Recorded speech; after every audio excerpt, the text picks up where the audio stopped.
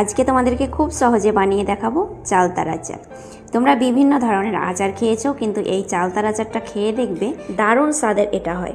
আর এই আচারটা আমরা বাজারে কিনতে গেলে অনেক দাম নিয়ে নেয় আর আমাদেরকে ঠগায়। তাই বন্ধুরা, বাজারে না ঠগে তোমরা অল্প দাম দিয়ে চালতা কিনে নেবে বাজারে, আর এইভাবে আচারটা বানিয়ে অনেক দিন পর্যন্ত সংরক্ষণ করে রাখতে পারবে। আর খেতে হবে দারুণ মজার, ছোট বড় সবাই পছন্দ করবে এই আচারটা। প্রথমে চালতাটাকে এইভাবে কেটে নেবে। চালতার ভিতরে দেখতে পাচ্ছ একটা ফুল রয়েছে, সেই ফুলটা আমরা নেব না। কিভাবে চালতাটাকে কাটছি তোমরা একটু লক্ষ্য করে দেখো। চালতার আচার কম বেশি সবাই তোমরা খেয়েছো, কিন্তু চালতাটা সচরাচর আশেপাশে কমের ভাগই দেখতে পাই। তাই এই আচারটা বাজারে বিক্রি হলে আমরা চড়া দাম দিয়ে আচারটা কিনে বাড়িতে আনি। বন্ধুরা, চালতা অবশ্যই তোমরা বাজারে পেয়ে যাবে একটু খোঁজ করলেই। আর খুব অল্প দাম দিয়ে চালতা কিনে অনেক আচার বানিয়ে তোমরা অনেক দিন সংরক্ষণ করে খেতে পারবে। চালতাটাকে প্রথমে গোল করে কেটে নেবে চাকার মতো। তারপরে এইভাবে চালতাটাকে পরিষ্কার করে নিতে হবে। চালতার ভিতরে যে একটা ফুলের মতো অংশটাকে সেটাকে বাদ দিয়ে দেব, আর চালতার যে সবুজ অংশটা সেটা কেটে বাদ দিতে হবে। এটা বাদ না দিলে চালতার আচারটা তেতো মনে হবে। তাই অবশ্যই ওপরের সবুজ অংশটাকে একটু ছিলে নেবে। এইভাবে আমি চালতাগুলোকে পরিষ্কার করে নেব। আর যে চালতার অংশটা একদম সাদা আছে, সবুজ নয়, সেই সাদা চালতাটাকে আমি কেটে নেব। ওটার খোসা ছাড়াবার কোনো প্রয়োজন নেই। আর এইভাবে তোমরা চালতা কেটে নেবে, দেখবে আচারটা খেতে দুর্দান্ত লাগবে। আর একটু হেরফের হয়ে গেলে কিন্তু আচারটা তেতো মনে হবে। এবার লম্বা লম্বা মিহি মিহি করে কেটে নিতে হবে, কেননা এইভাবে কেটে নিলে খুব তাড়াতাড়ি সেদ্ধ হয়। সমস্ত চালতাটাকে আমি এইভাবে কেটে নিয়েছি একটু মিহি করে। আর 2-4 বার ভালোভাবে জল দিয়ে পরিষ্কার করে ধুয়ে নেব। ধুয়ে নেওয়ার পরে এটাকে আমি প্রেসারের মধ্যে সেদ্ধ হতে দেব। তোমরা এইভাবে কড়াই বা হাঁড়ির মধ্যে সেদ্ধ করে নিতে পারো, কিন্তু একটু সময় বেশি লাগবে। এবার লবণ আর হলুদ দিয়ে দিলাম পরিমাণ মতো। পরিমাণ মতো জল দিয়ে দিচ্ছি, বেশি পরিমাণে জল দেবে না, যেন চালতাগুলো জলের মধ্যে ডুবে থাকে। এবার চলে যাচ্ছি সেদ্ধ করে নিতে। চুলোর মধ্যে প্রেসারটাকে দিয়ে প্রায় আমি 4 থেকে 5টা সিটি দিয়ে নেব।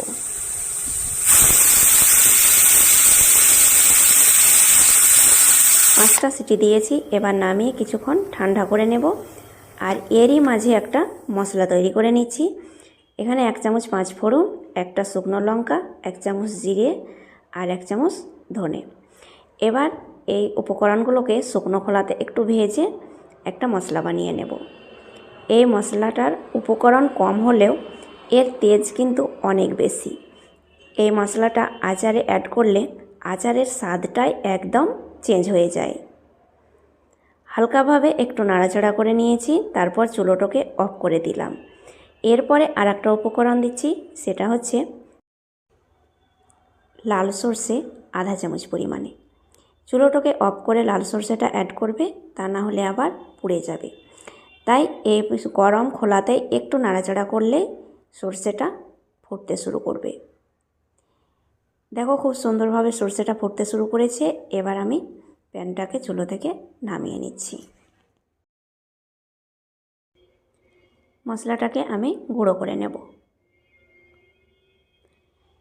এরই মাঝে প্রেসারটা ঠান্ডা হয়ে গেছে। ঠান্ডা হওয়ার পরে একটা ছিদ্রযুক্ত থালাতে ঢেলে নিলাম। আর খুব সুন্দরভাবে চালতাটা সেদ্ধ হয়ে গেছে।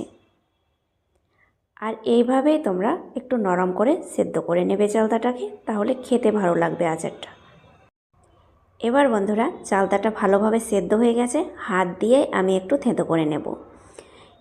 তোমরা গোটা চালতা সেদ্ধ করার আগেও তোমরা থেঁতো করে নিতে পারো, ওটা শিলনোড়াতে থেঁতো করে নিতে পারবে। আর সেদ্ধ করার পরে থেঁতো করে নিলে এইভাবে হাত দিয়ে একটু চাপ দিলে খুব সুন্দরভাবে একদম নরম হয়ে যাবে। আর এইভাবে একটু থেঁতো করে নিলে আচারটা দেখতেও ভালো লাগে আর খেতেও ভালো লাগে। আচারের ভিতরে মিষ্টিটা খুব সুন্দরভাবে ঢুকে যায়।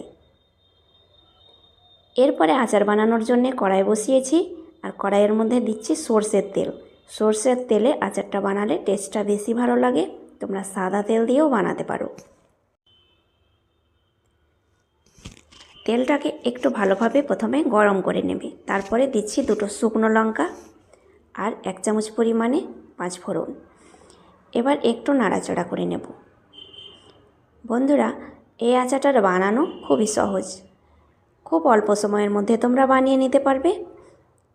এবার একটা তেজপাতা 2 ভাগ করে দিয়ে দিলাম আর 4 থেকে 5 কোয়া মতো রসুন একটু থেঁতো করে নিয়েছি। আচারের মধ্যে থেঁতো করা রসুন দিলে স্বাদটা বেশি ভালো লাগে। তোমরা আদা রসুনের পেস্টও 1 চামচ অ্যাড করতে পারো। একটু নাড়াচাড়া করে রসুন লঙ্কাটাকে একটু ভেজে নিলাম। তারপরে আরও উপকরণগুলো পরপর দিয়ে দিচ্ছি। আধা চামচ নিয়েছি হলুদ গুঁড়ো, আধা চামচ জিরে ভাজা গুঁড়ো, আধা চামচ পরিমাণে লবণ আর 1 চামচ পরিমাণে কাশ্মীরি লাল লঙ্কার গুঁড়ো। এতে কালারটা খুব সুন্দর আসবে, ঝাল হবে না। আগে আমি লবণ দিয়ে চালতাটাকে সেদ্ধ করেছিলাম, তাই আধা চামচ লবণ অ্যাড করেছি। পরবর্তীতে লবণ লাগলে কিছুটা অ্যাড করে দেব। আর এখানে ভিনেগার নিয়েছি 1 চামচ পরিমাণে দিয়ে দিচ্ছি। ভিনেগারটা অ্যাড করলে আচারটা অনেক দিন তোমরা সংরক্ষণ করে রাখতে পারবে। সমস্ত উপকরণ দেওয়ার পরে আমি চালতাটাকে দিয়ে দিলাম। চালতাটাকে 1 মিনিট মতো মশলার সঙ্গে একটু ভেজে নেব। 1 মিনিট ভেজে নেওয়ার পরে দিয়ে দিচ্ছি আখের গুড়। আখের গুড় এখানে আমি নিয়েছি 150 গ্রাম পরিমাণে। এবার পরবর্তীতে আবারও আখের গুড় লাগলে কিছুটা অ্যাড করে দেব। আখের গুড় দিয়ে চালতার আচারটা বানালে টেস্টটা বেশি ভালো লাগে। তোমরা চিনি দিয়েও বানাতে পারো।